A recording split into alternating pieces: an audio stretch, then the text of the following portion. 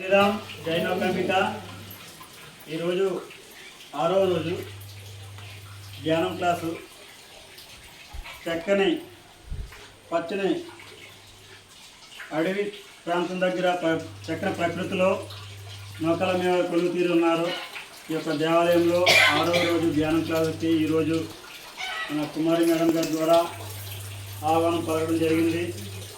అదేవిధంగా ప్రతి ఒక్కరికి ధ్యానం ద్వారా కలిగే లాభాల గురించి ఒక్కరు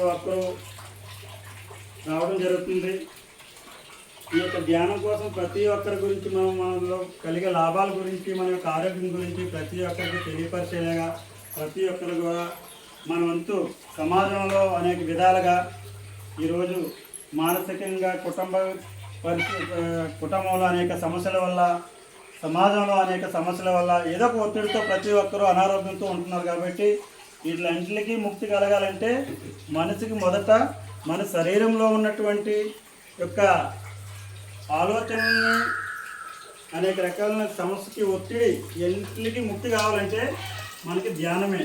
రూపాయి ఖర్చు లేకుండా చక్కగా మన పూర్వకులు ఏ విధంగా అయితే ఋషి మునీశ్వరులు, అదేవిధంగా మన పత్రిజీ గారు, స్వర్ణమాలమ్మ గారు, సరస్వతి బాలమ్మ గారు ఇటీవల రావడం జరిగింది. అదేవిధంగా ఇక్కడ మనకి చాలాసార్లు కూడా కుమారి మేడం గారి ద్వారా 2 సార్లు 3 సార్లు క్లాస్ కూడా చేయడం జరిగింది.